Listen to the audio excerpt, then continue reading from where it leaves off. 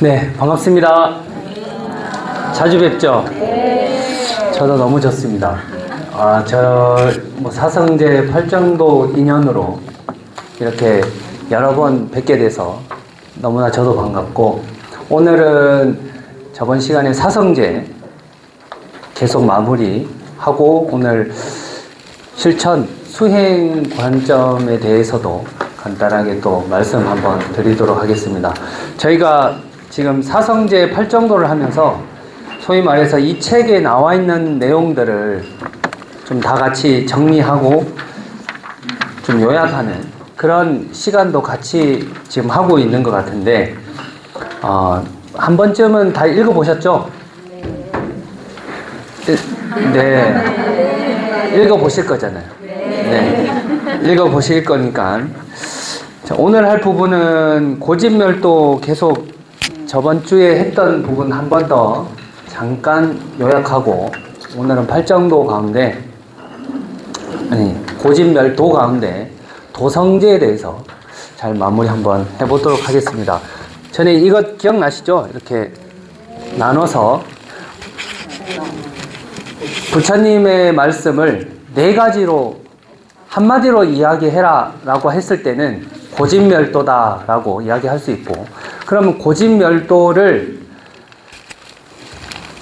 한마디로 이야기해 주세요 라고 하면, 이게 지금 네 개잖아요. 고진멸도. 이걸 한마디로 이야기하면, 아니 두 마디도 해야 되겠네요. 고와 고의 소멸, 이렇게 이야기하고, 고와 고의 소멸에 대해서 어떤 원인과 결과로 나타낼 수 있느냐 할 때 이제 집과 도가 등장하게 됩니다. 보통 우리가 지금 이제 부처님의 가르침을 한마디로 연기법이다 라고 얘기할 수 있죠. 그 연기법을 두 가지로 나누면 고와 고의 소멸이라고 할 수 있고, 그것을 다시 두 개 더 쪼개면 고진멸도다 라고 이야기할 수 있습니다. 그러니까 관계성은 모든 것 다 부처님의 가르침은 연기법에서 시작됩니다. 이것이 있으므로 저것이 있고, 저것이 있으므로 이것이 생기며, 저것이 사라지면 이것도 사라지고, 이것이 사라지면 저것 역시 사라진다. 말 그대로 조건에 따라서 일어나는 거기 때문에 이 조건은 늘 변하고, 일어났다 할지라도 그것은 잠시 일시적인 것일 뿐이다 라고 하는 것이 부처님의 연기법입니다. 그렇기 때문에 우리가 고통도, 우리는 지금 고통을 받고 있죠. 고통이 일으키고 있고 받고 있고 또 전해주고 있고 등등등 하고 있는데, 그 역시도 이 고 자체도 고가 일어날 수 있는 조건으로 일어난 것이기 때문에, 고의 소멸 역시도 그런 조건을 바꿔주면 고가 소멸할 수밖에 없다는 것. 그러니까 결국은 다 조건으로 인해서 일어나기도 하고 사라지기도 한다는 거예요.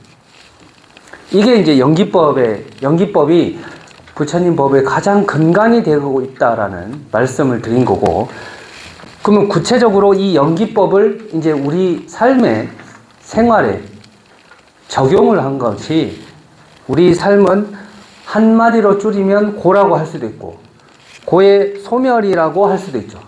그래서 우리 이건 고의 소멸은 옛날 표현하는 방식이고, 굳이 뭐 요즘 이야기를 한다면 불행과 행복, 이런 식으로 이야기할 수도 있겠죠. 고통이 있을 때는 불행하고, 고가 소멸될 때는 그때 우리는 행복감을 느낀다, 이렇게 이야기를 할 수 있을 겁니다. 그래서 많은 분들이 종교를 떠나서 당신은 어떤 사람이 되고 싶습니까? 어떤 삶을 살고 싶습니까? 했을 때 행복한 삶을 다 원하죠. 누구나. 남녀노소 부귀 빈천을 막론하고 모두 다 행복한 사람을 그 행복을 사성제 입장에서 봤을 때는, 부처님의 가르침 입장에서 봤을 때는 고의 소멸이라는 표현을 그렇게 표현했다. 진짜 더 나아가서 이제 이 고의 소멸을 우리는 보통 이제 지금은 멸성제라고, 여기서는 멸성제라고 표현했고, 또 이 멸성제를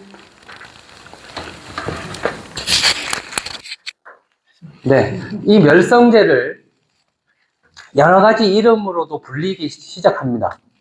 그래서 인도에서는 이 멸성제를 우리 지금 고집 해서 이 고통은 아까 말씀드렸다시피 사고, 팔고가 있었고 이런 고통들이 펼쳐졌고 그 고통의 원인들은 집착으로 인해서 일어났고 그 집착은 가래라는 그런 습성을 통해서 집착하게 됐다는. 그리고 나서 이거 여기까지는 저번 시간에 했죠. 이제 멸은 고통이 소멸한 상태를 이야기했는데 이 고통이 소멸한 상태를 처음에는 니르바나, 열반이라고 표현했습니다. 열반. 그리고 어디엔가 속박되어 있다가 묶여 있다가 벗어났다라고 해서 또 다른 표현으로는 해탈이라고 표현을 합니다. 묶여 있던 것에서 벗어난다. 그 다음에 욕망의 불이 꺼진다라는 의미로 니르바나 해서 열반. 이렇게 니르바나와 해탈로 표현했고 또 이제 인도에서 이제 중국으로 오면 또 다른 이름들로 점점 바뀌기 시작해요. 이걸 또 다른 표현으로 우리가 불은 여기서 욕망의 불을 뜻합니다. 욕심의 불. 아까 가래로 인해서 집착했던 마음. 집착을 하면 불이 나죠. 눈에 불이 나죠. 불을 켜고 꽉 잡으려고 그러고. 그래서 여기서 불은 욕망의 불입니다. 불은 욕망. 그래서 이 욕망의 불이 꺼진 것을 니르바나라고 표현했고 또 다른 표현을 해탈이라 표현했는데 이제 중국에서는 이 불 꺼진 상태를 우리 시원하다라고 할 때 뭐 무슨 음료도 있죠. 사이다가 아니고 청량이라고. 네, 특정 그거 말고. 그래서 중국에서는 이걸 이제 문화권에서 조금씩 다르게 표현했어요. 청량하다, 시원하다, 서늘하다라고 하는 것도 마찬가지로 해탈 열반을 뜻하는 거였고, 더 나아가서 아까 우리가 이제 고의 소멸을 행복이라고 표현했죠. 그래서 이 멸을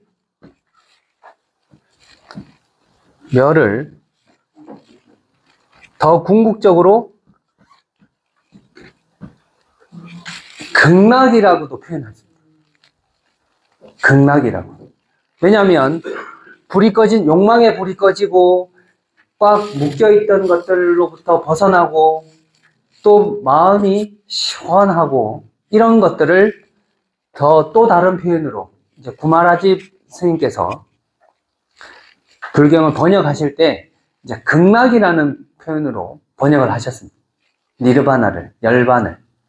그래서 우리는 지금 제일 많이 알고 있는 것 중 이 네 가지를 알고 있는 거죠. 그리고 제일 극락이라 하면, 근데 우리가 지금 생각하는 극락은 뭐죠?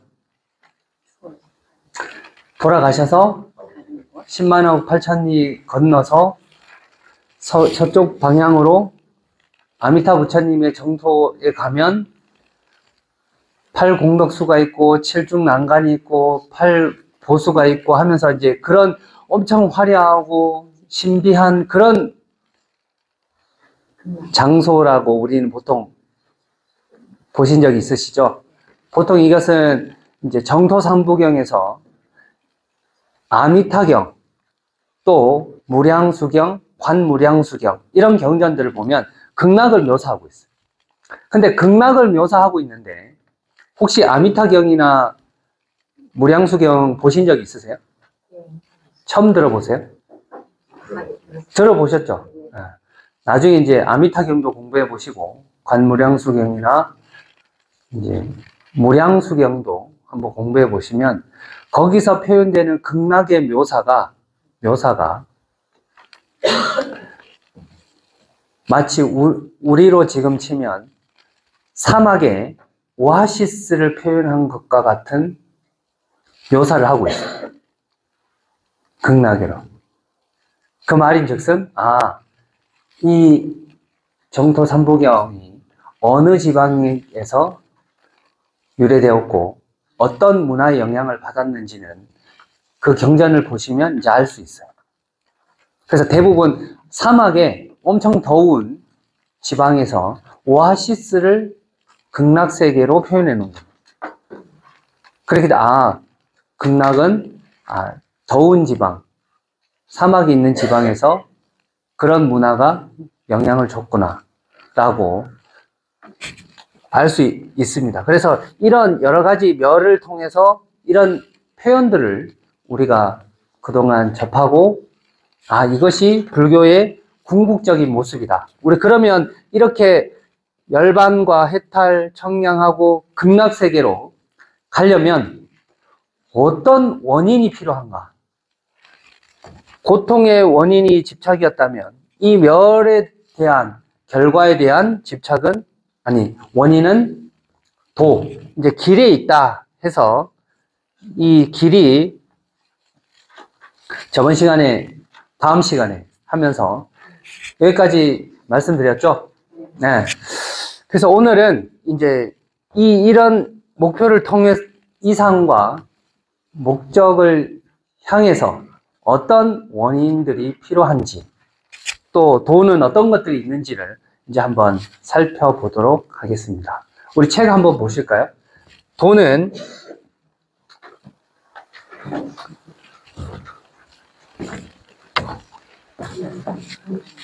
37페이지 보시면 마지막 도성제 해서 사성제의 마지막 진리인 도성제는 괴로움을 소멸하는 방법에 대한 진리이다.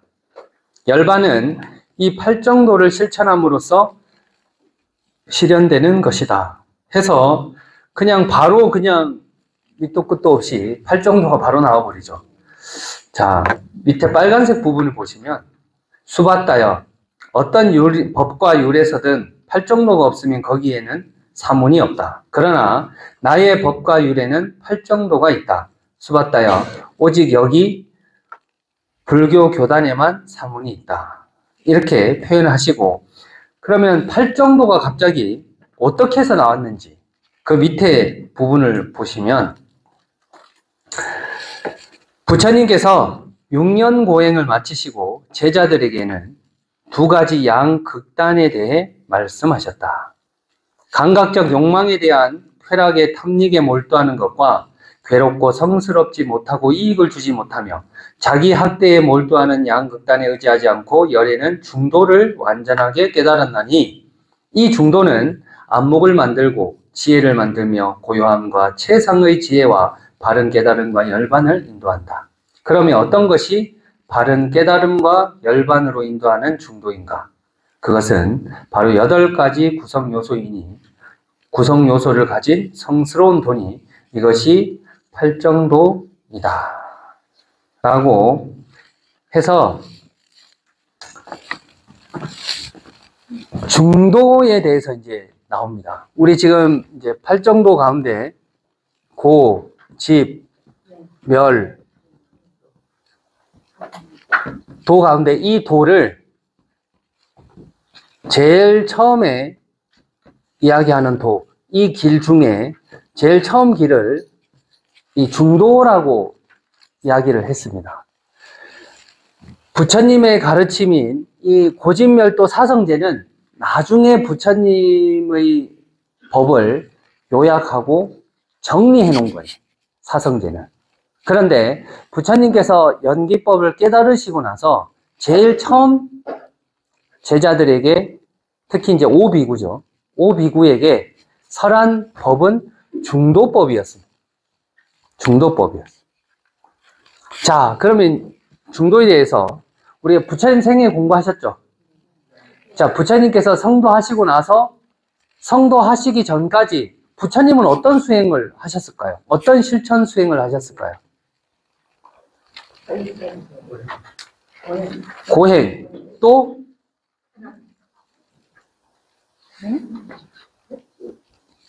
다 했죠. 부처님은 다 하셨어요. 이것저것 뭐 가리는 게 없이 다 하셨는데 그 중에 대표적인 게 제일 처음에는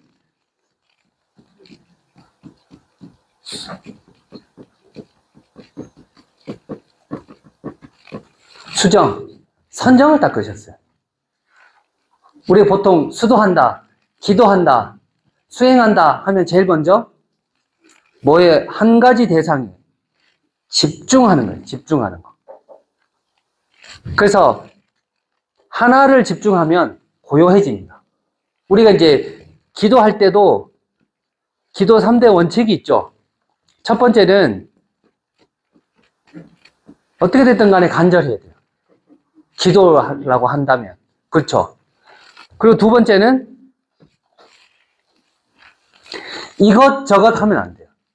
간절은 한데 관세음보살 했다가 지장보살님 했다가 약사열애불 했다가 금강경 했다가 절도 좀 했다가 사경도 좀 했다가 이렇게 조금씩 하면 좋죠.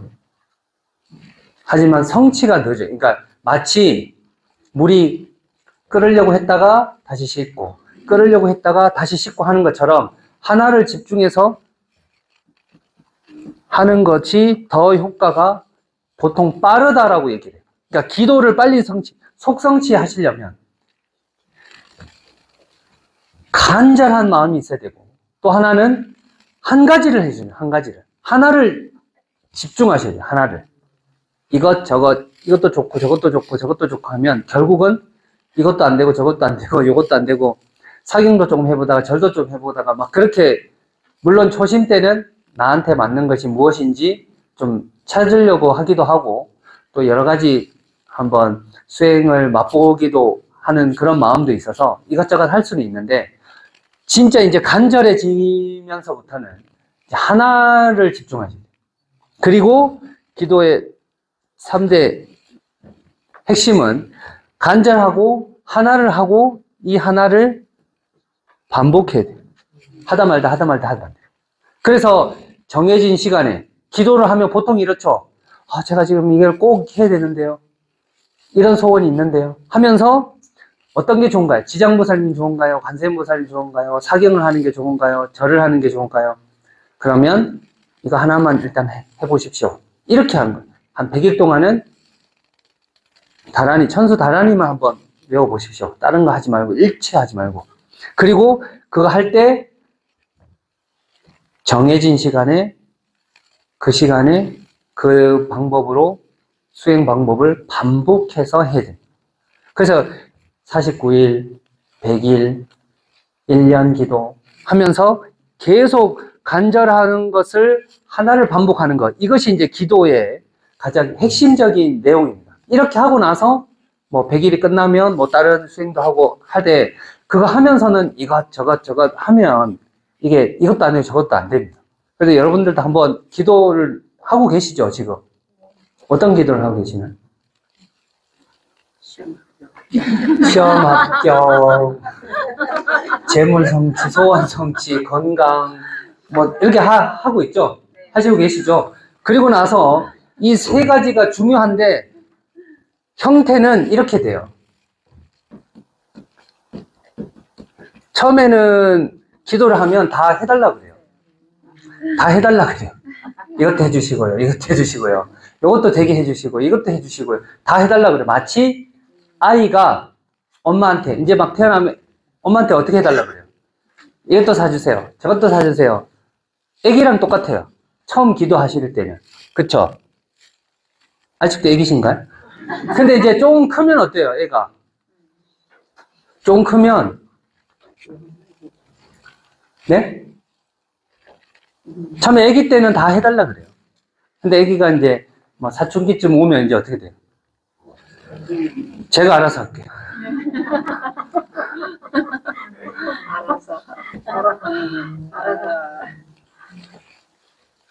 이제 그만해 주셔도 돼요. 제가 알아서 할게요. 다들 겪어보셨죠? 이제 애들이나 이런 부모님들은 처음에는 막 다 이것도 해주세요, 저것도 해주세요 하다가 이제는 두세요. 제가 알아서 할게요. 신경 좀 꺼주세요. 제가 알아서 할게요. 이렇게 되다가 이제 다시 성인이 되면 이제 제가 하겠습니다. 제가 하겠습니다. 이렇게 되는 거예요. 이것도 이제 기도의 핵심이면서도 해주세요. 알아서 할게요. 제가 하겠습니다. 사실은 할게요. 해 드리겠습니다. 이렇게 되는 거죠. 그래서 우리는 여러분들은 지금 아이처럼 기도하세요. 사춘기 애들처럼 기도하세요. 성인처럼 기도하세요. 그러니까 이런 모습으로 하고 있어요. 지금. 근데 무엇이 더 좋고 무엇이 더 이거는 좋고 이건 나쁘고 얘는 수준이 낮은 것 같고 얘는 막 엄청 수준이 높은 것 같고 사실 그런 기도는 없습니다. 계속 얘네들이 돌고 돌아요. 처음에는 해달라고 했다가 이제 제가 한번 하겠습니다 하다가 다시 또 어떤 일이 생기면 또 해주세요. 지금 너무 힘들어요. 빨리 해주세요. 이것도 순환한다는 거예요. 그러니까 지금 당장 나는 뭐 해주세요. 뭐 애들이 하는 기도지. 그러면 기복이지. 하면서 막 너무 그렇게 할 필요 없다. 이게 계속 반복될 것이다. 계속 이런 양태로 되기 때문에 중요한 건 내가 지금 이런 마음으로 이런 형태를 가지고 하고 있구나라고 알아차리면 돼요. 저분은 지금 막 해달라고 할 때구나. 지금 간절한 무언가가 있고, 저분은 이제 이제 어느 정도 지나시고 또 마음의 여유도 생기셔서, 제가 할 수 있으면 해드릴게요. 이런 마음이 드는 상태구나라고 알면 되지. 저분은 뛰어나고, 저분은 맨날 달라고, 저분은 피곤하고 이렇게만 고정적으로 생각하실 필요는 없고, 이런 형태가 계속 어떻게 된다? 반복된다. 그걸 알고 계셔야 돼요. 그래서 처음에는 부처님께서 이 간절하고 하나 반복하는 이 기도 수행법처럼 한 가지에 집중하는 것은 선정에 들어가기 쉬워요. 선정에 들어가기 좋습니다. 선정에 들어간다는 건 아까 간절하게 하나를 반복하다 보면 다른 것들이 일체 들어오지 않아요. 그리고 내가 기존에 문제였고 고통이었다고 생각하는 것조차도 사라집니다. 사라집니다.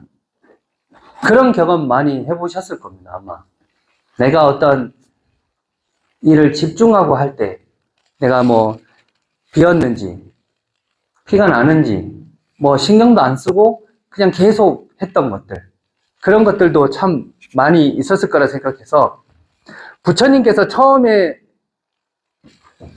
닦으셨던 건 하나를 간절하게 하나를 집중해서 선정에 드셨던 것. 그래서 알라라마, 깔라라마, 우타카라마, 붓다 이런 선정을 닦는 대가들한테 가서 배웁니다. 그래서 거기서 무소유처정 혹시 들어보셨나요? 비상, 비비상 처정 이런 경지 최고의 선정 단계에 오르세요. 무소유처정은 말 그대로 아무것도 소유하지 않아도 마음에서 갈망하거나 더 필요한 게 없다라는 그런 욕망들이 안 생기는 선정을 말합니다. 그리고 비상, 비비상 처정은 비상, 상도 아니고 비비상, 상 아닌 것도 아닌 선정의 상태. 정말 깊은 선정의 상태를 그렇게 표현했는데 처음에 부처님께서는 이 선정의 상태에 드세요. 선정을 많이 닦으세요. 그런데 이 선정은 계속 부처님이 닦으셨나요? 그래, 나는 이것만 하면 돼. 하고 계속 이렇게만 하셨을까요? 아까 선정하고 부처님께서 어떤 수행을 하셨다고요? 고행을 하셨다고 그랬죠, 고행을. 자, 그러면 왜 선정만 하면 우리도 신선 노름처럼 고요한데 이렇게 내 마음 편안하게 있으면 되지. 왜 부처님께 다시 고행을 닦으셨을까요? 지금 그 다음 부처님께서 왜 고행을 닦으셨을까요? 선정 닦아보셨죠, 선정. 마음이 고요해질 때가 언제 제일 고요해질 때세요? 부처님들은 언제 제일 마음이 고요하세요? 편안할 때, 아무 생각할 때, 걱정 근심이 없을 때, 무념무상. 딱 제가 봤을 때 지금인 것 같아요. 저녁 공양하시고 불도 좀 침침하고 나도 멍멍하고 그냥 오늘 그냥 이렇게 와서 무슨 얘기하나 할 때 지금이에요. 딱 지금이에요. 배고픔도 없고 집안일은 다 해놨고 나왔는데 밖에는 어둡고 컴컴하고 그냥 조용한 이런 곳에서 그냥 이렇게 있을 때 아무 생각 없을 때 이때 제일 지금 행복하죠? 그런 걱정 근심도 안 생기고 집안일도 다 잊으시고 지금 오셨잖아요. 이렇게 그런데 이 상태가 언제까지 가세요?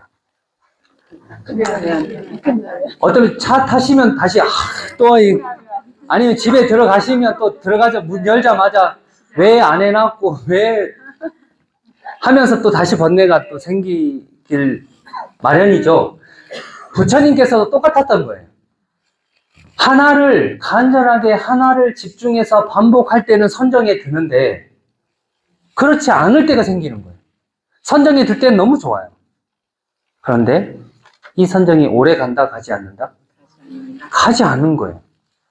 그러니까 우리도 가끔 그럴 때 있어요. 아무 생각 없이 편안할 때 있어요. 근데 그게 오래 가지 못하는 거예요. 전화 한 통만 받아도 뭐라고 하면서 다시 욕망이 일어나고 막 욕심이 일어나는 거예요. 그래서 부처님께서 이것은 완전한 해탈, 완전한 열반이 아니구나라고 생각한 거예요. 왜? 내가 간절하게 하나만 반복했을 때만 생기는 현상이고 그때만 편안했으니까. 그래서 이거는 완전한 깨달음은 아니다. 보통 우리 완전한 깨달음을 범어로 이렇게 표현합니다. 안욕따라 삼맥삼보리. 이것은 좋은 수행의 방편이긴 하나 완전한 깨달음은 아니다라고 해서 다른 방법을 찾습니다. 그리고 나서 고행을 시작했죠. 고행이 뭐죠? 여러분들 고행 해보셨어요? 그러면 이제 제가 삶이 지금 고행이에요. 이렇게 말씀하시는 분도 계실 수도 있는데 고행을 자처해가면서 하세요. 자처해가면서. 지금 우리가 그냥 어쩔 수 없이 받는 이런 고통 말고 부처님께서는 편안하게 언제든지 내가 하나의 마음을 딱 집중하고 있으면 모든 근심 걱정들이 사라지고 아무런 고통도 일어나지 않는 상태가 되었음에도 불구하고 이 선정에서 깨어날 때 다시 그런 고통이 일어난다는 거예요. 그래서 이번에는 고행을 자처합니다. 부처님 생애 공부해 보시면 아시다시피 부처님은 하루에 깨 2톨 이렇게 드셨다고 그래요. 그러니까 안 드시고 다리도 꼬고 계시고 안 일어나시고 몸을 굴리기도 하시고 침에 찔리기도 하시고 서서 한쪽 발을 들고 오래 서 있기도 하시고 등등등등 말 그대로 고행을 자처하셨어요. 여러분들 왜 그러면 부처님께서 이런 방법이 있었음에도 불구하고 고행을 했을까요? 우리가 고행을 언제 하나요? 여러분들은? 자처해서. 어떤 고행을 하세요? 보통?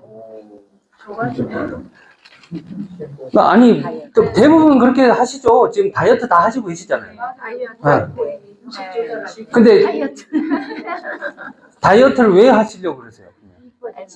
날씬해지고 이뻐지고. 그게 욕망이죠. 집에 혼자 있으면 괜찮은데 밖에 나가면 다이어트 해야겠다는 생각이 들잖아요. 그냥 혼자 고요하게 생각하고 있으면 괜찮은데 TV를 켜거나 드라마를 보면 마음이 자꾸 동해서 맞아 나도 빼야 돼 하면서 막 이런 생각이 들지 않나요? 그러니까 고행을 언제 하느냐 보니까 그리고 고행을 하는 이유가 있어요. 그럼 왜 사람들이 그때 오비구들은 이미 고행을 부처님하고 같이 하려고 하고 있었어요. 같이 하고 있었어요. 그럼 왜 고행을 했을까요? 우리는 그렇게 고통에서 벗어나려고 그랬는데 벗어나기를 보통 원하고 바라는데 고행을 자처했다는 건 어떤 의미가 있을까요? 깨달음? 고행을 하면 깨달음을 얻을 수 있다? 여러분도 그렇게 믿으세요?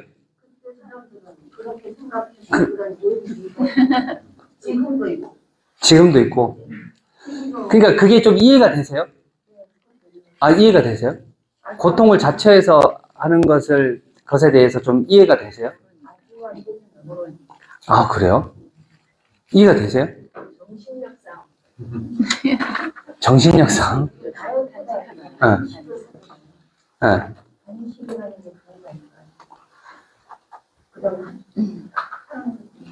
그러니까 보통 이거는 이해가 돼요. 그냥 하나의 마음이 편안해지고 아무 생각도 일어나지 않고 다 이렇게 고요해질 때는 마음이 행복해지고 가벼워지고 밝아지니까 이거는 이해가 되는데 고행을 하는 것에 대해서 이해가 된다는 건 우리 보통 여러분들이 쉽게 고통을 왜 자처하지? 이렇게 생각하실 수 있으세요. 그렇지 않을까요? 아니 이분들은 계속 오비구들은 부처님께서 우유죽 드셨다고 타락했어. 야 이게 뭐라고 우유죽 드신 게. 근데 이 오비구 입장에서 보면 이건 타락한 거예요. 요즘 생각으로는 우유죽 그게 뭐. 근데 이걸 먹었다고 타락했다고 하고 부처님이 떠난 거예요. 그 정도로 고행 자체를 엄청 신봉했다는 거예요. 고행이 뭐길래. 자, 100%는 아니더라도 부처님은 이렇게 그 당시 수행자들은 이렇게 생각한 겁니다. 수정주의는 내 마음의 평온에 집중한 거예요. 내 마음의 평온에. 그러면 고행은 내 마음은 계속 이랬다 저랬다 하죠. 고요할 때도 있고 다시 요동칠 때도 생겨죠.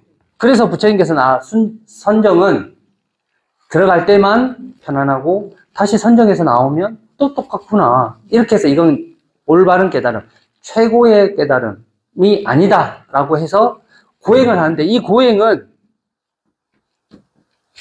몸에 집중하는 거예요. 몸에 집중하는 거예요.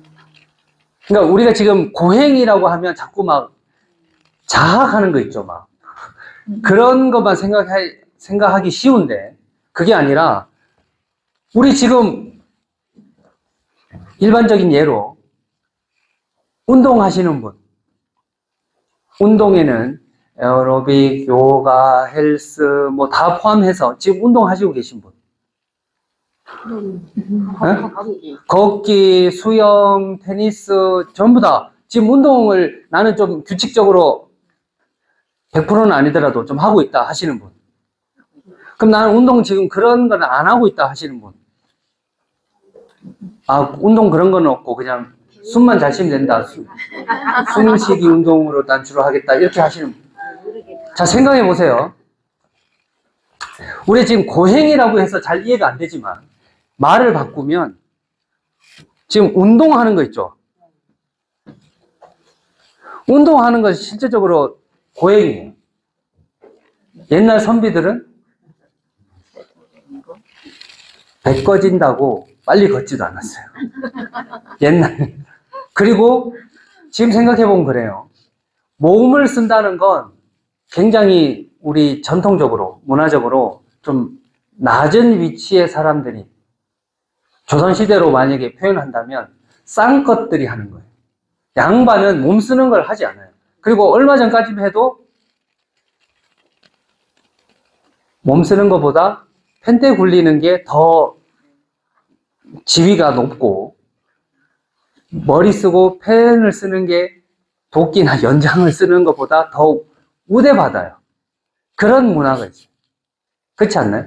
조선시대에도 무관보다는 문관이 더 인정을 받았다는 거예요. 지금도 약간 그런 거 있죠. 우리 자녀들한테 공부 못하면 너 일해야 돼. 뭐 약간 그런 느낌의 그 일도 그냥 몸 쓰는 일을 약간 좀 천하게 여기는 그런 게 아직도 약간 남아있어요. 완전 100% 사라진 건 아니고. 좀 그렇지 않나요? 그쵸? 손발이 고생한다. 뭐 이렇게 표현하는 것들이 남아있어요. 그래서 사실은 몸을 움직인다는 건 그렇게 막 선망의 대상이 되거나 그러진 않았어요. 근데 지금 우리가 어떻게 하고 있어요? 운동을 하고 있어요, 운동을. 그러니까 이게 지금 패러다임이 바뀌어서 그래요. 옛날에는 몸 쓰는 거는 정말 양반, 귀족, 자제, 귀한 가문의 사람들은 그렇게 안 하고 아래 것들, 소위 말해서 뭐 드라마나 이런 거 보면 아래 사람들을 시켜서 뭐 일 쓰고 뭐 들고 이런 것들 했다라는 그런 문화가 아직 남아 있습니다. 근데 이것을 건강하려면 운동해야 된다라는 프레임으로 바꿔서 지금은 많은 분들 그래요. 운동을 예를 들면 뭐 헬스를 일주일에 하면 내가 매일 운동을 하면 그 쾌감이 있어요.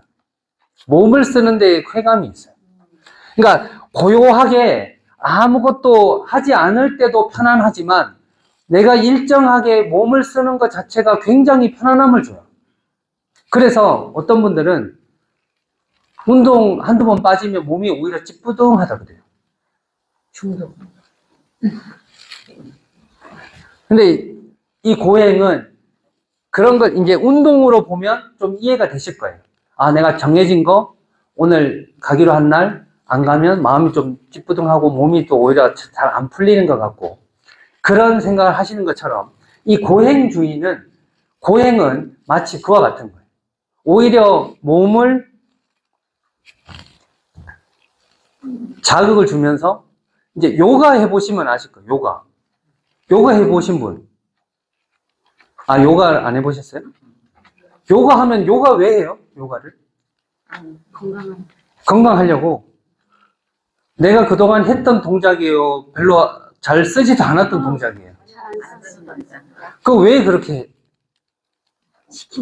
시키니까 앞에서 해라니까 앞에 분은 잘하는데 나는 안 되니까 힘들고 요가도 마찬가지로 그때 당시 이 고행과 선정을 하는 하나의 방법이죠. 요가의 핵심은 수축과 이완이에요. 근육을 강하게 수축했다가 탁 놓으면 이완이 되니까 그래요. 그 말인즉슨 자, 지금 주먹을 꽉 한번 쥐어보세요. 더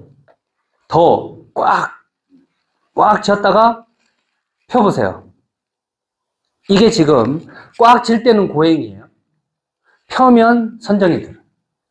그 우리도 막 급하게 막 했다가 하면 선정이 들어요.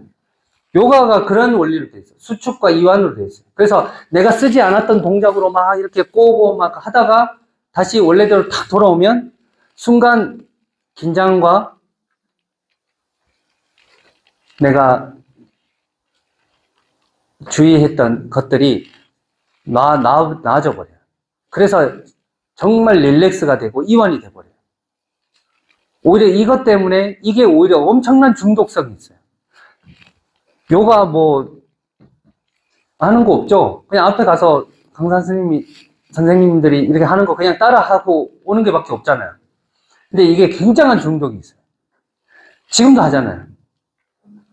뭘 기구를 갖고 하는 것도 아니고, 물론 이제 나중에 뭐 기구도 생기기도 하지만, 그거보다 다 그냥 맨몸 하나로 혼자 구부리고 펴고 꺾고 뭐 하다가 사바아사나 하고 하면서 긴장해서 싹 놓을 때, 요가는 사바아사나 할 때 이 선정에 들어가기 위해서 고행을 한 거예요.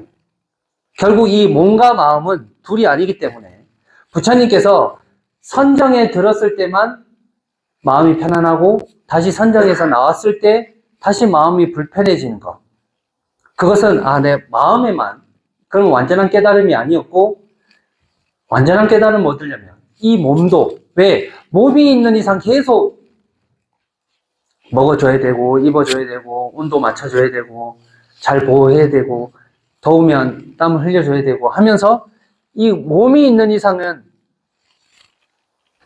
계속 고통이 일어날 수밖에 없겠다 해서 적극적으로 몸을 닦는 수행을 하는 거예요. 그래서 부처님께서는 마음에도 집중해보고 몸에도 집중을 해봤죠. 근데 아까 운동 중독처럼 고행도 중독성이 있어요. 안 하면 안 돼요. 그렇게 해야 좀 더 센 거, 좀 더 센 거, 좀 더 무거운 거, 좀 더 고난이도의 동작, 이런 쪽으로 계속 갈 수밖에 없어요. 그래서 그게 좀 과해지면 몸이 탈나기도 하고, 그걸 잘 조절하는 게 사실 앞에 선생님의 리더의 능력입니다. 그걸 잘 조절하게끔 해주는 거. 자, 그런데 그러면 선정과 고행, 이 두 가지도, 그러면 고행은 뭐가 문제일까요? 아까 선정은 선정에 들 때는 괜찮은데 나오면 문제가 있었죠. 고행 역시도 마찬가지. 내가 강하게 이완을 수축을 하고 있을 때는 오히려 집중되고 내 모습을 잊고 다시 이완됐을 때 마음이 편안해지기는 마찬가지나, 또 이 이완을 하려면 다시 또 강한 수축을 해줘야 돼요.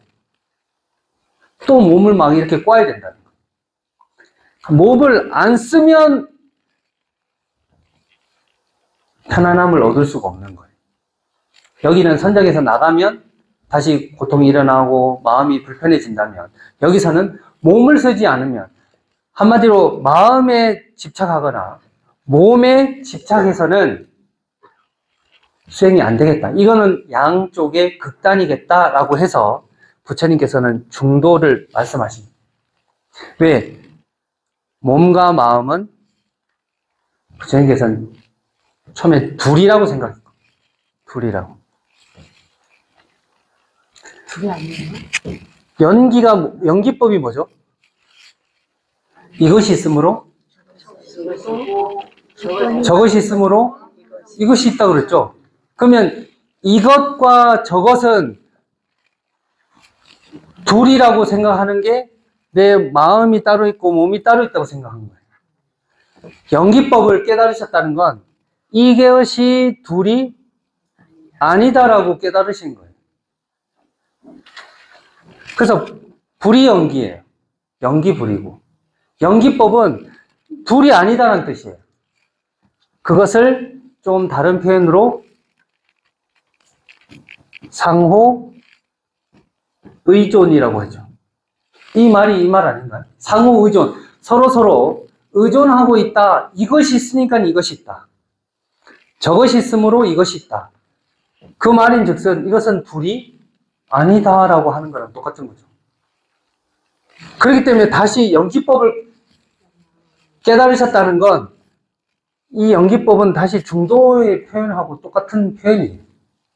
그렇기 때문에 부처님께서는 선정에도 깊이 들어가 보셨다가 고행도 해보셨다가 이게 둘 다 어떤 특정한 조건일 때만 마음이 편안해지지 최고의 깨달음, 항상 편안한 것은 아니구나 라고 해서 이 두 가지는 극단이라고 표현하시고 마음에 집중하거나 몸에 집중하거나 마음에만 치우치거나 몸에만 계속 집착하거나 하는 것은 진짜 도가 아니다 해서 중도를 설명하셨고, 이 중도가 연기에서 나왔다는 거예요. 연기에서. 연기법에서. 서로 몸과 마음 역시도 의존하고 있었기 때문에. 한쪽으로 치우쳐지면 안 된다라고 표현했던 거죠. 이해되시나요? 어려웠나요? 어렵죠? 근데 한마디로 연기법을 깨달으셨다는 것이 이 이론으로 표현한 게 아니라 부처님 생애로 삶에서 실천으로 본다면 선정을 닦는 것도 고행을 하는 것도 사실은 한쪽으로 치우쳐진 것이고 그 두 가지가 다른 것이라고 생각했던 거예요. 그때 당시 사람들은, 수행자들은. 그런데 연기법은 뭐냐면 이것이 있으므로 이것이 있다. 마음이 있으므로 몸이 있고 몸이 있으므로 마음이 있다. 이렇게 표현했던 겁니다. 그래서 이 양쪽 극단, 양극단에 치우치면 안 되겠다라고 하는 가르침을 중도법이라고 표현했고, 이 중도법을 제일 먼저 나랑 같이 고행을 했던 오비구들에게 가서 제일 먼저 설합니다. 세상에는 두 가지 피해야 할 극단이 있다. 그 말인즉슨 이것과 저것이 다른 것이라고 생각하고, 이것은 옳고 저것은 그르고, 이것은 맞고 저것은 틀리고, 이렇게 나누는 방식으로는 이 세상의 이치, 최고의 이치를, 깨달음을 얻을 수가 없고, 이것이 있으므로 저것이 있고 저것이 있으므로 이것이 있다라는 가르침, 둘이 아니다라는 가르침이 최고의 가르침이고 나는 그것을 깨달았다. 이렇게 말씀하신 겁니다. 그러니까 지금 표현은 조금씩 달라도 지금 연기법의 다 다른 표현들이라고 생각하시면 돼요. 아, 이 사람들한테는, 고행했던 사람들한테는 연기법을 이렇게 중도로서 설명했구나. 이렇게 이해를 하시면 되는 겁니다. 이해되시나요? 네. 네. 그래서 이 중도가 여기서 시작됐고, 여기서 처음 시작됐고, 이 중도의 방법, 이것이 이제 멸로 가기 위한, 최고의 깨달음을 얻기 위한, 안욕따라 삼박삼부리를 얻기 위한, 해탈 열반 니르바나를 얻기 위한 하나의 방법으로서 중도를 오비구들한테는 중도로 설명했다는 거예요. 근데 이것이 이제 가장 그 당시에 수행자들에게 센세이션을 불러일으킨 거죠. 그동안에는 선정만 잘 닦으면 최고의 깨달음을 얻을 거라고 생각했고, 고행을 열심히 하다 보면 오히려 고행하다가 몸을 혹사시켜서 고행하다가 돌아가시는 걸 최고의 가치로 봤어요. 그래서 아직도 남아있죠. 큰 스님들은 가부좌 하고 이렇게 허리 펴서서 돌아가셔야 되잖아요. 이렇게 누워서 돌아가시면 안 되잖아요. 그래서 어떤 큰 스님들은, 제자들이 스님 이렇게 돌아가시면 안 됩니다. 큰 스님이기 때문에 빨리 앉혀라. 다시 일으켜가지고, 누워 계신 분이 일으켜서 가부좌 틀게 만들어서 그렇게 돌아가시는 모습을 일부러 또 사진 찍고 해서 했던 일화들도 있어요. 왜냐하면 이게 굉장한 권위고, 그렇게 해야 역시 큰 스님이다, 마지막까지 여여하시고 뭐 이렇게 가셨다, 이런 것들을 제자들이 이야기할 수 있으니까. 그런 일화도 있는 것처럼 우리 부처님께서 하지 말라고 했던 선정에만 빠지거나 몸만 혹사시키는 거, 사실은 지금 살펴보면 비슷한 것들이 굉장히 많아요. 자, 우리 보통 이제 수행한다, 도를 닦는다 하면 제일 먼저 생각나는 거 뭔가요? 자, 일단은 아직 느낌이 안 오실 수 있으니까, 여러분들이 스님이 된다 하면 제일 먼저 걸리는 거. 먹는 거 못 먹는다. 먹는 거 못 먹는다. 그 다음에 하고 싶은 거 못 한다. 나는 자고 싶은데 일찍 일어나야 된다. 지금 우리로 치면 지금 우리 현실에서 보면 수행한다라고 하는 건 다 오행이에요. 철야 정진한다, 빠지지 않고 새벽 예불을 한다, 그 시간 맞춰가지고 늘 반복해서 기도를 한다, 안 먹어야 되고, 안 입어야 되고, 안 써야 되고, 어디 안 다녀야 되고, 지금 우리가 생각할 때 수행한다, 돌을 닦는다 하면 다 오행이에요. 그쵸? 그러면서 간절하게 하나만 반복해서 하고 계시죠. 염불, 절, 참선, 사경, 이런 것들, 우리가 수행법이라고 얘기하는 것들을 한번 곰곰이 생각해 보세요. 간절하게 하나만 반복시키는 거. 우리 정근이라고 표현해요. 기도할 때. 정근이라고. 석가모니불 정근, 관세음보살님 정근. 정근할 때 어떻게 하나요? 간절한 마음으로. 간세음 하면서 간절한 마음으로 보살하고 지장보살, 문수보살, 보현보살 하나요? 한 분만 하죠. 한 분만. 한 분의 이름만 계속 반복해서 10분, 20분, 뭐 길게는 1시간도, 뭐 몇 시간도 간절한 마음으로 하나만 반복해요. 그것을 보통 염불수행이라고 보통 얘기를 하고 정근이라고 표현하고, 절도 마찬가지죠. 절도 다른 동작 하시나요? 막 이렇게 했다가 막 이런 것도 하고 막 이런 것도 하고 하시나요? 그냥 합장하시고 절하고 한 가지 동작을 간절하게 반복하는 거예요. 그러니까 우리가 지금 수행법이라고 생각하는 것들은 다 이런 식으로 돼 있어요. 간절하게 한 가지만 반복하는 거예요. 그러니까 당연히 한 가지만 반복하다 보면 뭐가 나요? 당연히 다른 생각이 나죠. 잡생각이 나고 망상이 나고 번뇌가 나는 건 당연한 거예요. 왜? 난 그동안 계속 왔다 갔다 하다가 간절하게 한 가지만 반복한다라고 하니까 당연히 다른 것들이 일어나는 게 자연스러운 겁니다. 그런데 많은 분들이 저는 수행을 하면 집중이 안 되고요. 다른 생각이 나고요. 잡생각이 나고요. 망상이 일어나고. 당연히 그런 망상들이 일어나죠. 그래서 이 도를 오비구들에게는 중도로서 설명드렸다.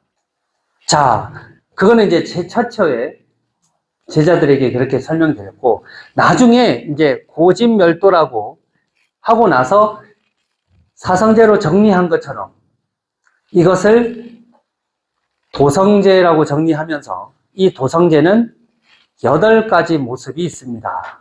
라고 하는 것이 지금 우리가 보는 이제 팔정도라고 하는 겁니다. 팔정도. 이거는 이제 정리를 해서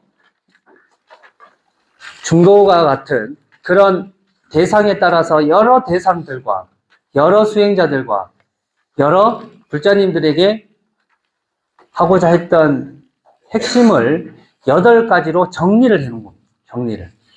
정리를 어떻게 해놨냐? 38페이지 보시면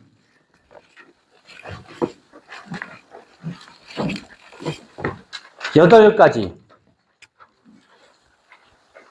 바른 견해, 바른 사유, 바른 말, 바른 행위, 바른 생계, 바른 정진, 바른 정념, 마음 챙김, 바른 삼매, 이렇게 8가지로 요약을 해놓은 거예요. 일단 우리 팔정도는 시험에도 나올 수 있으니까 일단 8개는 외워야 되겠죠.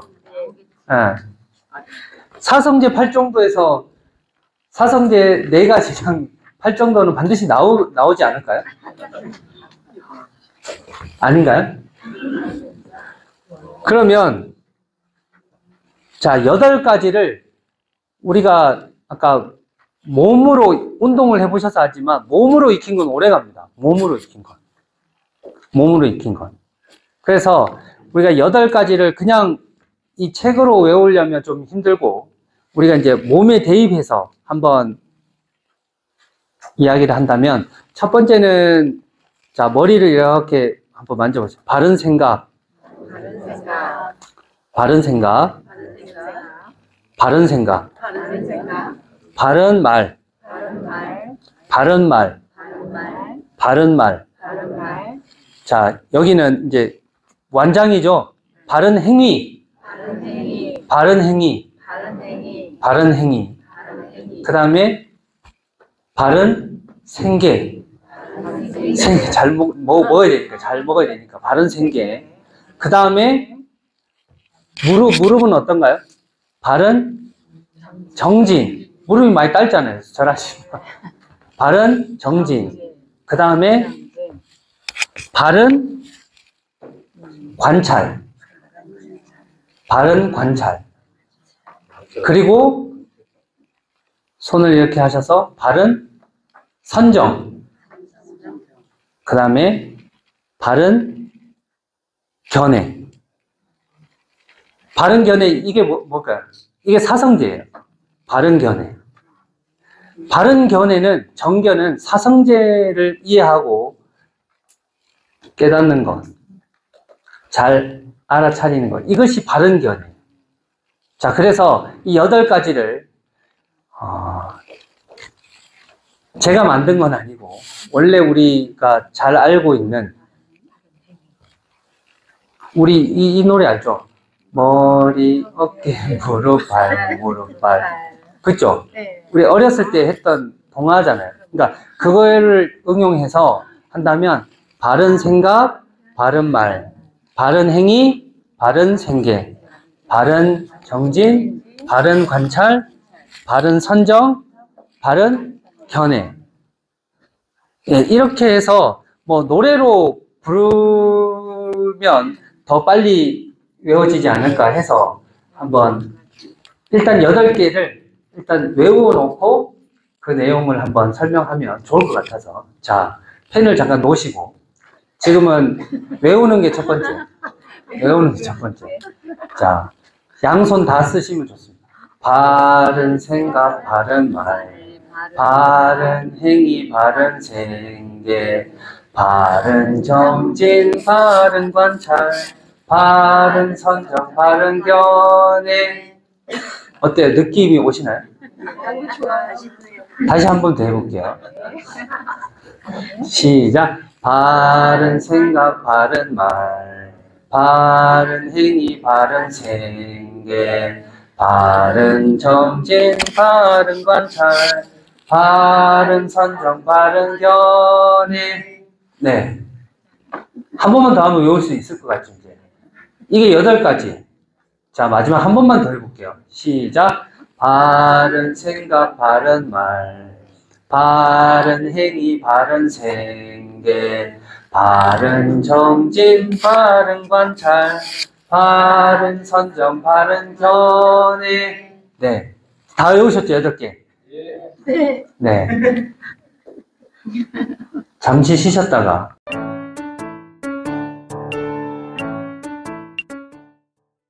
네. 계속 이어서 말씀드리도록 하겠습니다. 물론 뭐 중간중간에 의문 사항들이 참 많으실 거라 생각됩니다.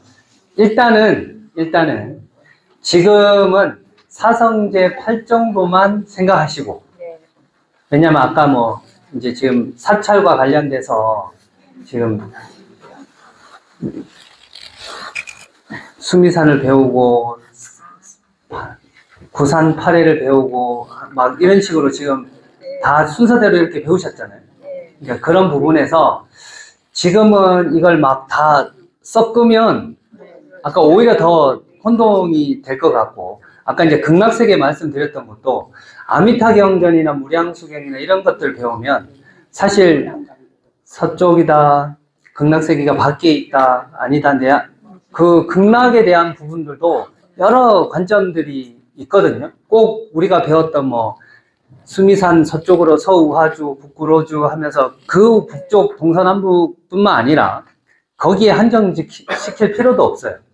그건 이제 불교의 세계관은 원래부터 이제 인도에 있었던 관념에다가 불교적 색채를 넣은 거지, 그걸 이제 부처님께서 불교는 이렇게 돼 있다 하면서 막 설명하거나 막 그러지는 않으셨거든요.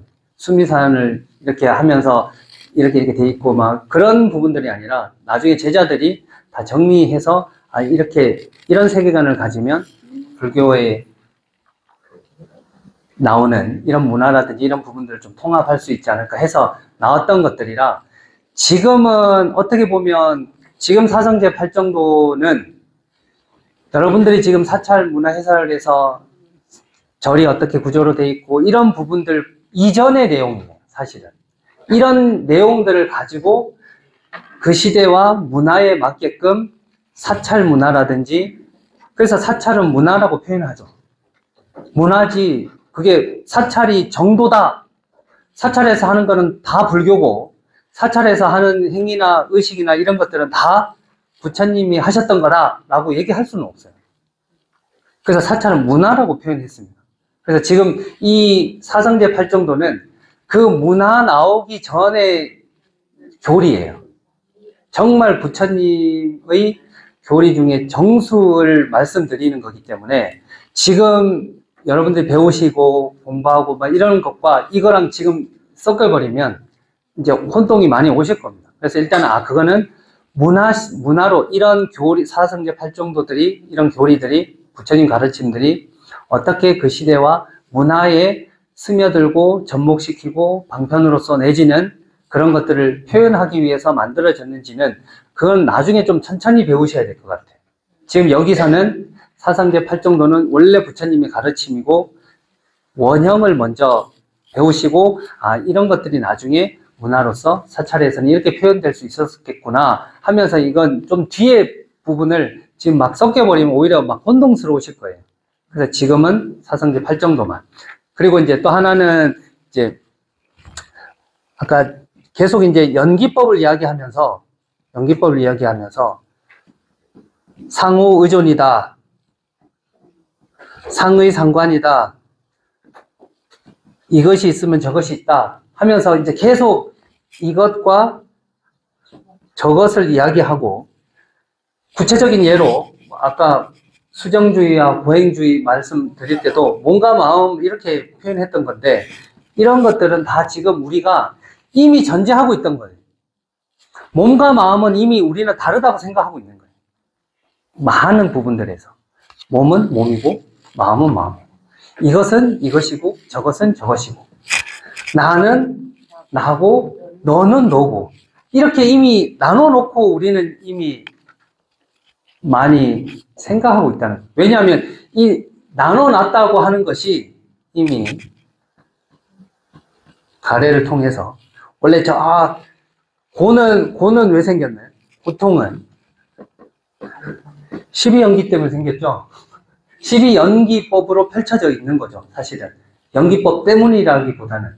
그러면 12연기에서는 가래가 집착을 낳고, 이 집착을 한다는 것은 이미 결과로서 이렇게 나와, 너 이건 내 거, 이건 너 거, 이미 이렇게 우리가 흘러왔다는 거예요. 연기되어 왔다라는 그런 조건 하에서 사실은 이 연기법은 상호 의존하고 이런 것들이 다른 게 아니다라고 얘기해 주는 거예요.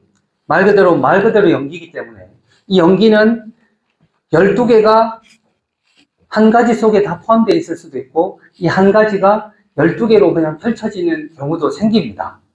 그래서 지금 이런 부분들에는 나중에 이제 문화랑 연결되고, 또 내 몸과 마음과 이것과 연결될 때 그런 또 시대와 문화적인 부분들이 있으니까, 그거는 그때 가서 또 이렇게 좀 공부를 하시면 더 좋을 것 같고, 지금은 사성제와 8정도를 좀 더 깊이 그런 교리적인 부분에서 좀 이해가 되면 더 좋겠다 생각이 들어서, 저는 그 부분만 한정적으로 좀 이야기한다는 점 좀 말씀드리고 시작하도록 하겠습니다. 그래서 우리가 고통은 결과고 고통의 원인, 멸은 결과고 도는 멸의 원인이다. 보통 이렇게 하는 것이 가장 일반적인 방식이에요. 고진멸도에서. 고진멸도. 그래서 우리 도는 제일 처음에는 중도법을, 연기법을 깨달으시고 연기법의 다른 표현인 중도로서 오비구들한테 먼저 설명했고, 그리고 나중에 차차 설명을 멸에 가기 위한 방법, 길로서의 설법들을 계속 하다가 나중에 몇 가지로 요약이 되었다? 8가지로. 그래서 이것을 팔정도라고 얘기를 합니다. 도는 중도고 곧 중도이자 팔정도다. 이렇게 이거는 요약했던 거예요. 그래서 이 팔정도를 우리가 바른 생각 이렇게 표현했죠. 근데 여기 책에서는 바른 사유라고 나왔죠. 그러니까 사유는 한자 말이고 바른 생각이라는 뜻이에요. 그러니까 그걸 이제 한글로 이제 바꿔서 우리가 좀 쉽게 생각, 말, 행위, 생계, 정진, 그 다음에 여기서는 마음 챙김이라고 나왔죠. 그 마음 챙김의 주가 우리 이제 여기서 나왔는데 이걸 지관이라고 얘기해요. 지자는 멈춤, 그 다음에 관은 바라봄, 뭐 바라보명에서 더 이야기하면 꿰뚫어 봄 이렇게 표현하는데 멈추고 바라보는 것. 우린 이미 다 나눠놨다고 생각했죠. 나눠놓고 본다라고 이야기를 말씀드렸죠. 나와 너가 다르고 이것과 저것이 다르다라는 이미 그렇게 전제가 되어 있는 것 같아요. 그래서 이 지자 했을 때 지자를 보통은 몸을 멈추고 마음을 바라본다. 이렇게 하면 사실 이것이 방편이라는 거예요. 사실 몸과 마음이 이렇게 딱 떨어지나요? 우리 저번 시간에 했듯이 색, 수, 상, 행, 식 이것을 오온이라고 표현했죠. 그 오온을 나라고 표현했죠. 5가지 무더기가 쌓여있다 라고 해서. 근데 내 몸만 이렇게 떼고 내 느낌 따로 떼고 떼본 적 있으세요? 그렇게 해체를 해보신 적 있으세요? 유체이탈. 이런 거는 속성을 말씀드렸던 거지.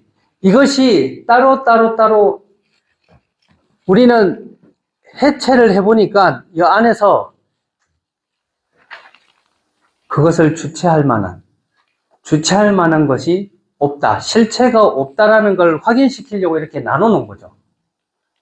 나눠 놨는데 이것을 2가지로 딱 나누면 색은 몸과 같고 수, 상, 행, 식 이것을 마음이라고 이렇게 우리는 또 뭉뚱거려서 편의상 구분해 놨을 뿐이지 우리 몸과 마음이 이렇게 딱 안 나눠지는 거예요.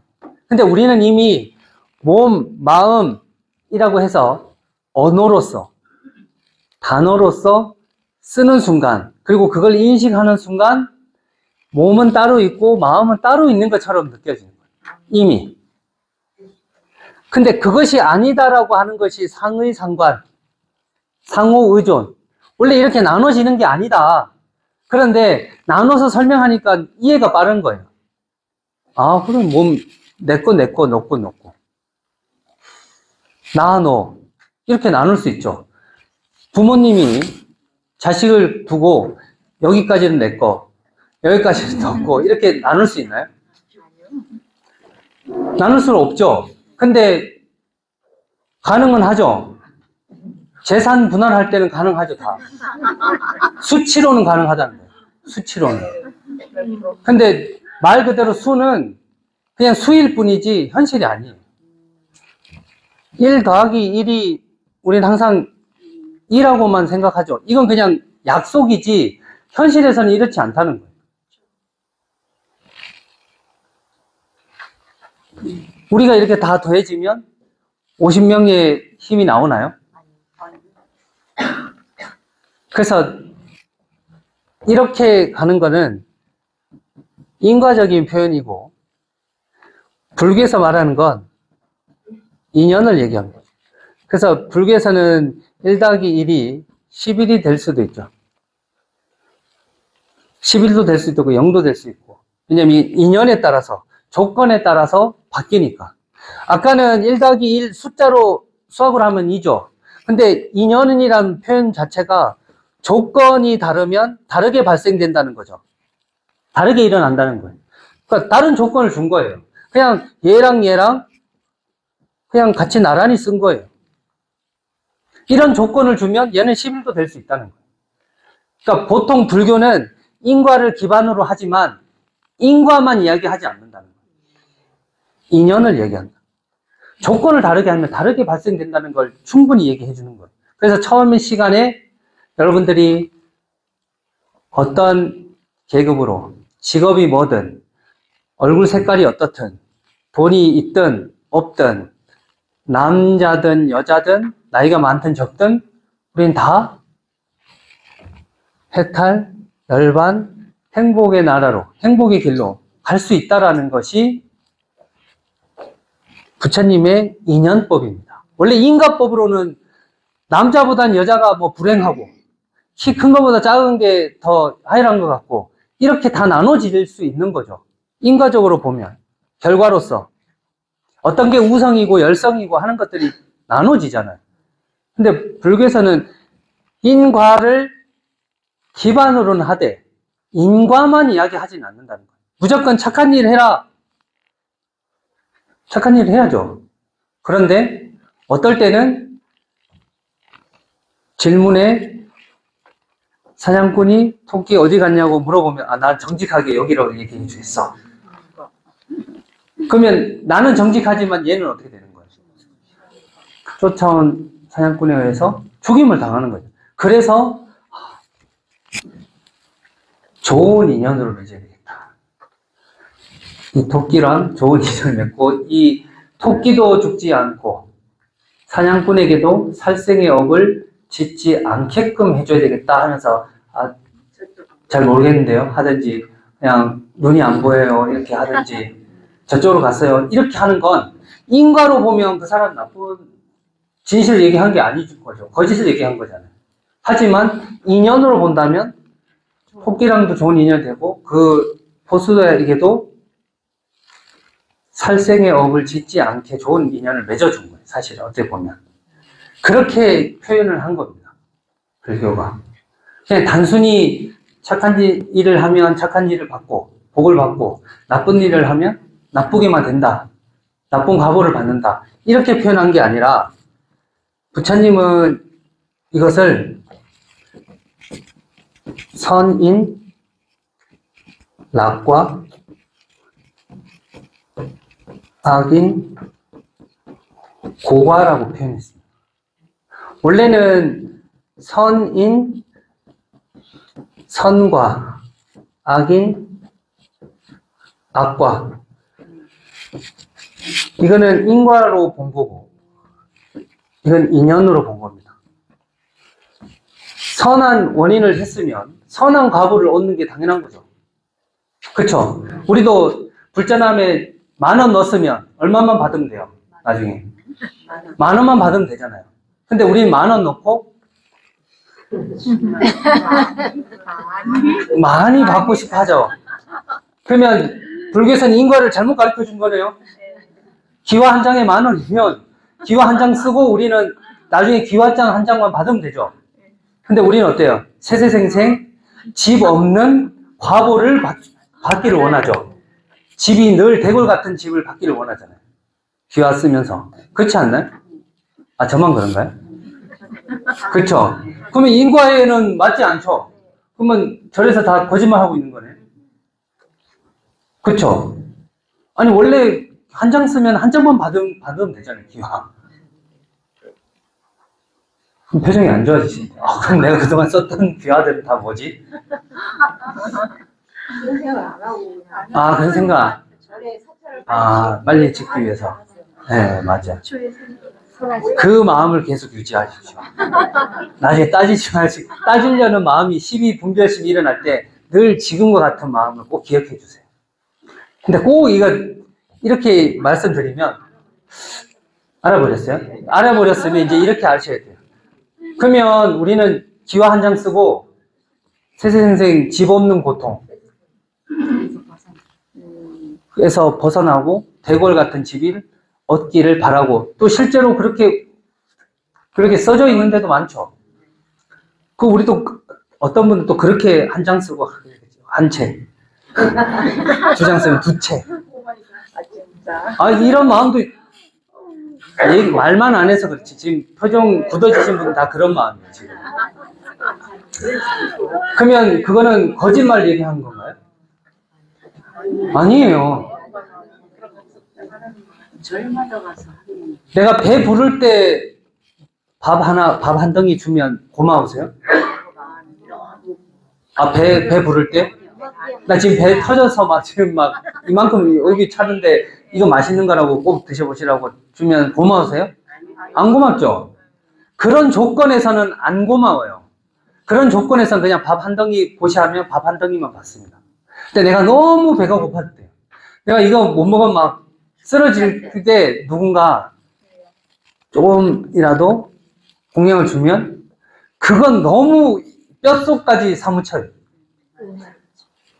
그래서 나중에 요 한 덩이만 그대로 갚아주는 게 아니라 나 역시도 더 큰 뭔가를 해주려는 그 마음이에요.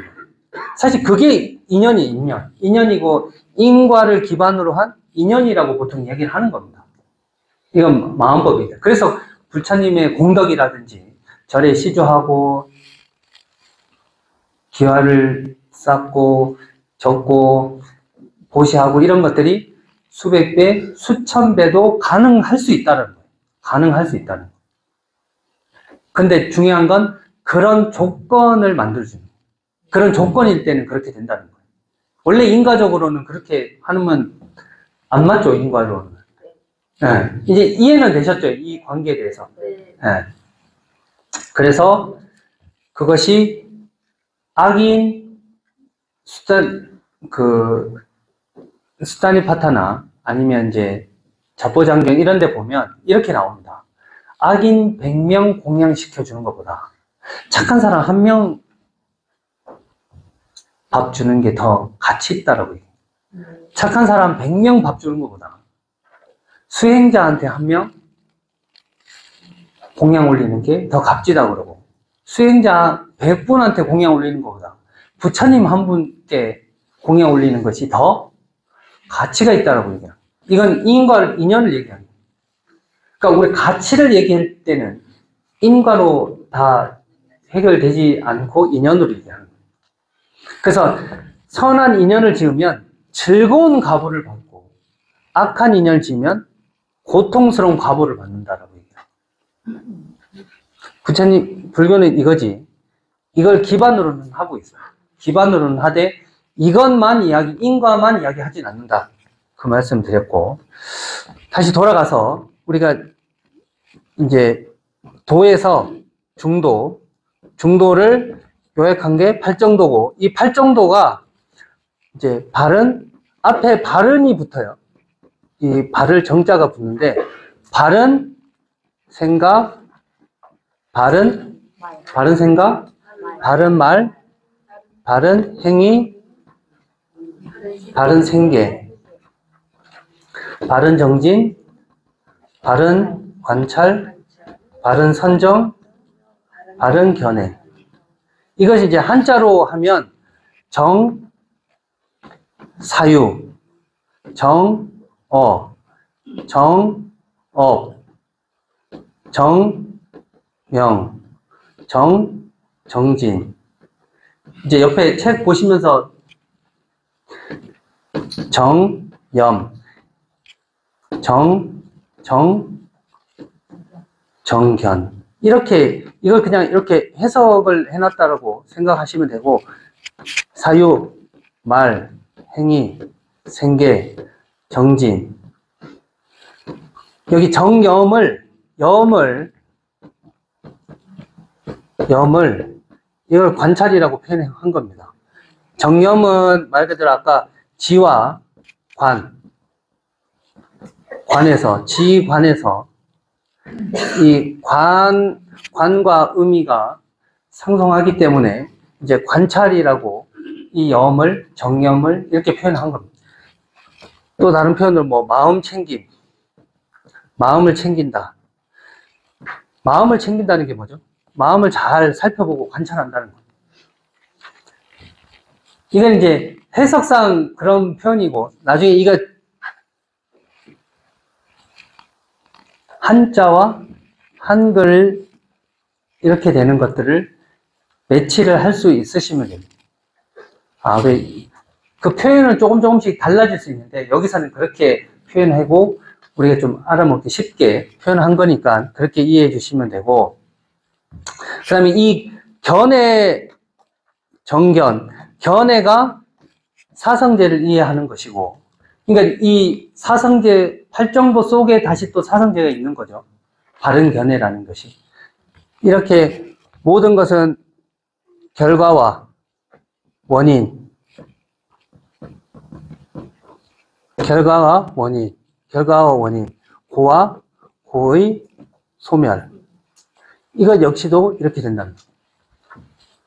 그래서 이 8가지를 이제 깊이 공부를 해보시면 사실 우리가 할 수 있는 모든 것이라고 보시면 됩니다.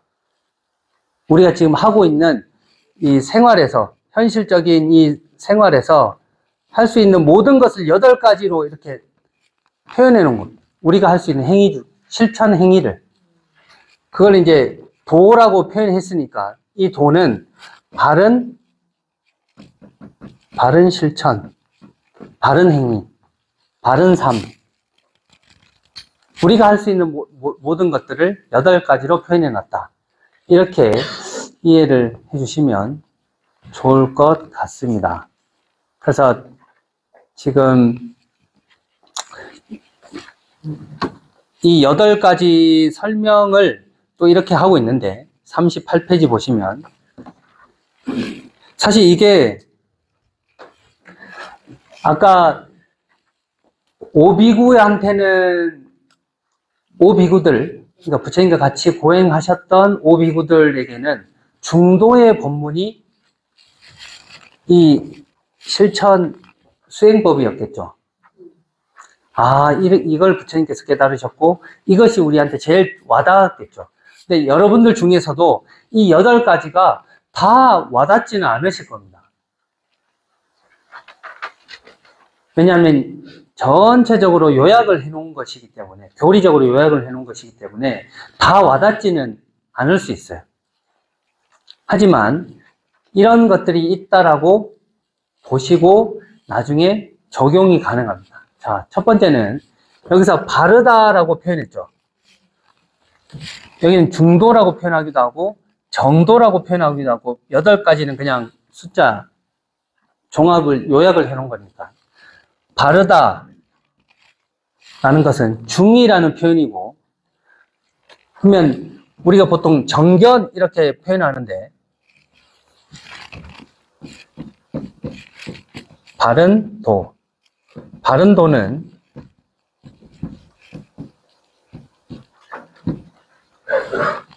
바르다라는 것은 중과 같다.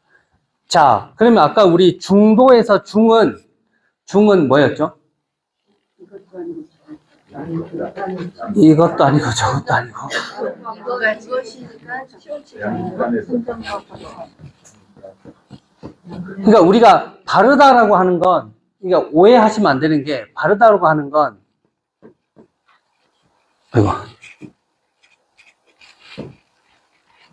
여기서 이 삿되다고 하는 것과 이렇게 나버리면 시비, 이해, 득실, 나와 너, 옳고 그름. 사실 여기서 이 중도는 이것도 저것도 아니다. 술에 술 탈든 물에 물 탄든 이렇게 애매한 상태를 얘기하는 게 아니에요. 우리가 이미 이것과 저것으로 나눠져 있다라고 우리는 이미 전제하고 있는 거거든요. 이미 내 것과 너 것이 이미 다르다라고 하고 있기 때문에 그것이 아니다라고 얘기한 거지. 네 것이 따로 있고 내 것이 따로 있다. 무엇인가가 따로 있다라는 것은, 따로 있다라는 표현 자체는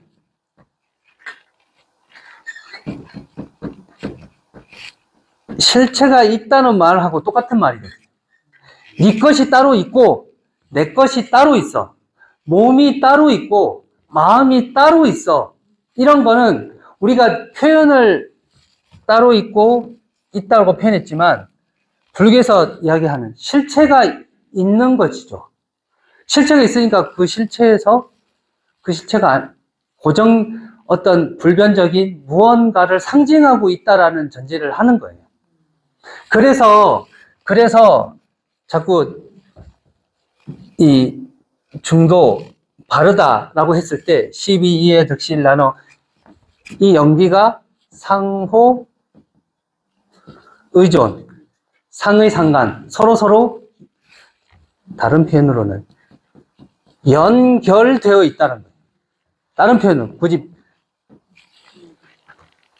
표현하면 연결되어 있기 때문에 따로 있지 않은 건데 우리는 따로 있다라고 생각하는 거예요. 따로.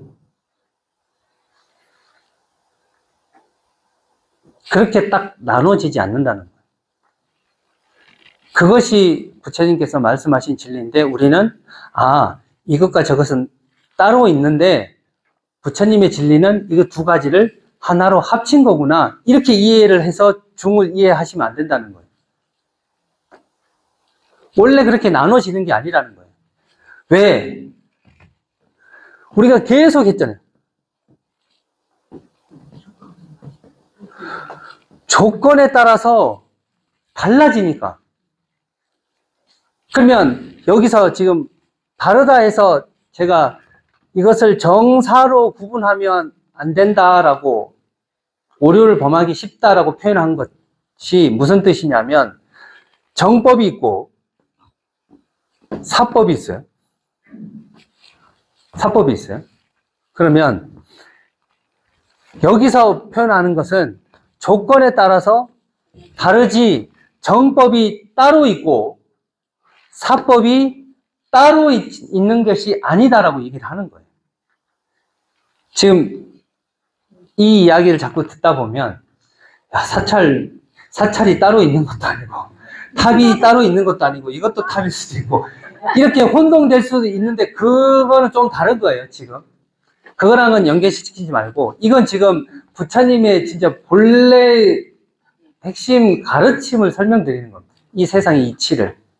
그래서 아까 그 사찰이라는 이런 부분들은 현상적인 부분들은 현상적으로 문화나 시대나 이런 걸 따라서 연대기 구분대도 있고 이런 부분은 3층이라 하고 5층이라 하고 탑은 이런 게 있고 사찰은 문은 이렇고 이런 것들은 다 구분할 수 있는 거죠. 현상에 대해서 이름을 붙여놓은 거니까. 그런데 지금 이걸 설명드리는 건 부처님의 근본 뜻은 이렇게 12이해 득실 나눠 옳고 그르고 이렇게 나누고 나서 이거 중에 하나를 뭐 한다는 거예요? 집착한다는 거예요. 이것 때문에 고통이 일어났잖아요. 이것 때문에 고통이 일어났잖아요. 내가 옳고 너가 틀려. 이래서 싸우는 거 아닌가요? 나는 맞고 너는 틀리고 이렇게 하면 이익이 되고 이렇게 하면 이득이 안 되니까 뭐라도 하고 싸우기도 하고 이렇게 돼요.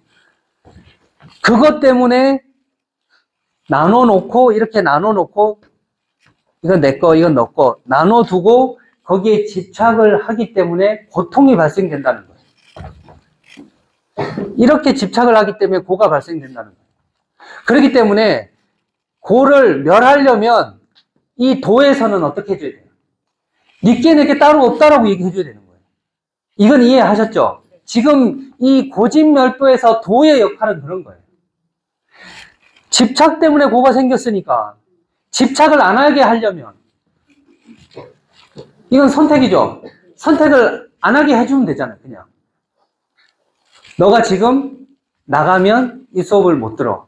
너가 지금 여기 앉아 있으면 이 수업을 들을 수 있어. 이렇게 지금 나눠놓고 설명을 드리면 여러분들이 지금 이 자리에 앉아 계신 거죠. 앉아 계신 거죠. 근데 앉아 계셔도 무슨 말인지 잘 모르겠다 하시는 분도 계실 수 있어요. 그런데 애초에 여러분들이 그냥 지나가는 상황에서 제가 그냥 같이 걸으면서 설명하면 그런 상황이 안 일어난다는 거예요. 아예. 이건 맞고 틀리고 이건 옳고 그르고 이건 내 것이고 이건 너 것이고 이렇게 집착하지 않게끔 이론적으로 설명을 해주는 거예요. 모든 건 다 조건에 따라서 바뀔 수 있으니까 쟤는 다른 조건이야. 그러면 쟤도 맞는 거예요. 이게 맞아요 라고 하는 건 이 조건에서 우리 지금 요 사찰문화해설사에서는 요것을 뭐 3층 석탑으로 합시다. 이건 3층 석탑으로 그동안 불러왔기 때문에 우리도 그렇게 합시다 라고 하는 건 그 조건에서 맞는 거예요. 불교하고 아무 관련 없는 사람은 이게 3층인지 5층인지 그게 별로 안 중요해요. 그쵸? 네. 그런 조건에 따라서만 발생된다는 것만 우리는 계속 좀 이해를 하시고, 고통은 집착에서 나왔기 때문에 그 집착을 하지 않는 방법으로서는 집착을 안 하게끔 해주면 되는 거예요. 그러면 얘네가 따로 있지 않다라고 계속 설명해 줘야 되는 거예요. 그게 팔정도의 핵심이에요. 그러니까 8가지로 나눠는 놨지만 결국은 이 팔정도가 우리에게 해주려고 하는 이유는 말은 뭐냐면 이것저것 따로 있는 게 아니라는 거예요. 결국은 계속 이 말밖에 하지 않습니다.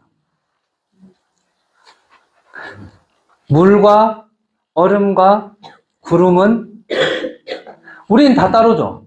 아, 물은 물인 거고 얼음은 얼려 있는 거고 구름은 저 위에 있는 거고 이렇게 나눠놨잖아요. 근데 이렇게 나눠놓고 물은 맞고 구름은 틀리고 나는 얼음은 좋고 구름은 싫어. 이렇게 집착하기 때문에 고통이 생긴다는 거예요.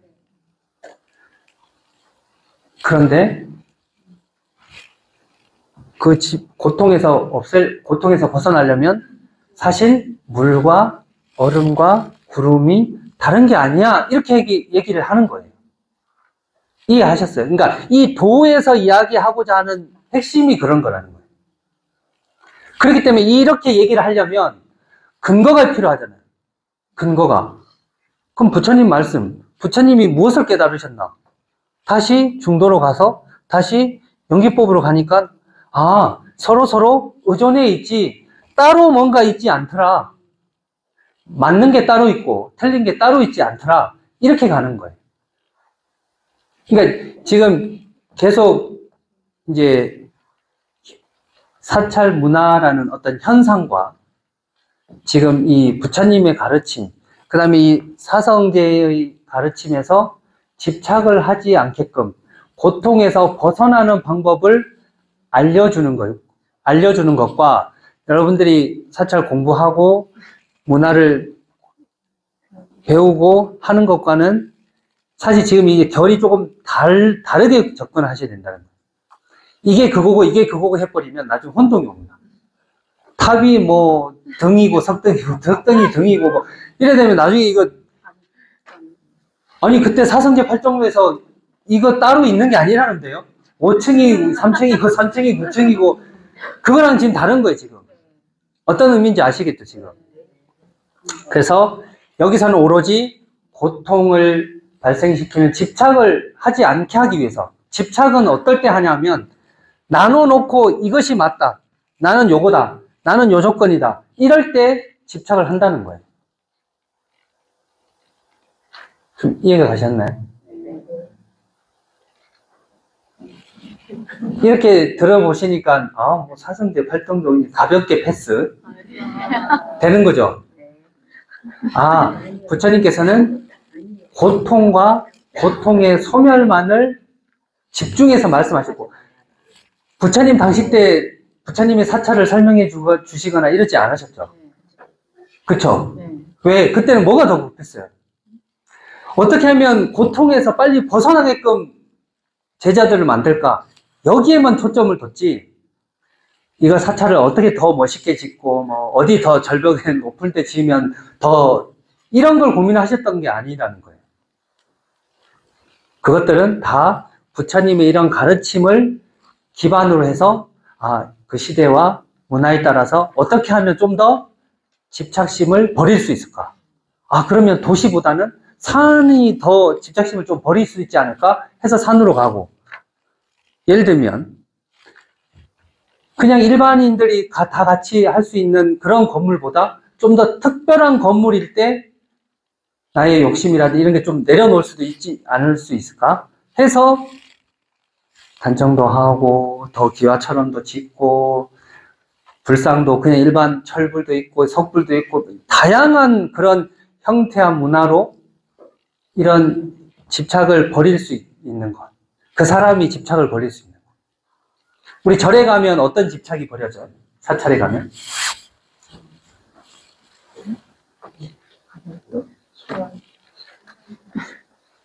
아, 잘 안 버려지세요?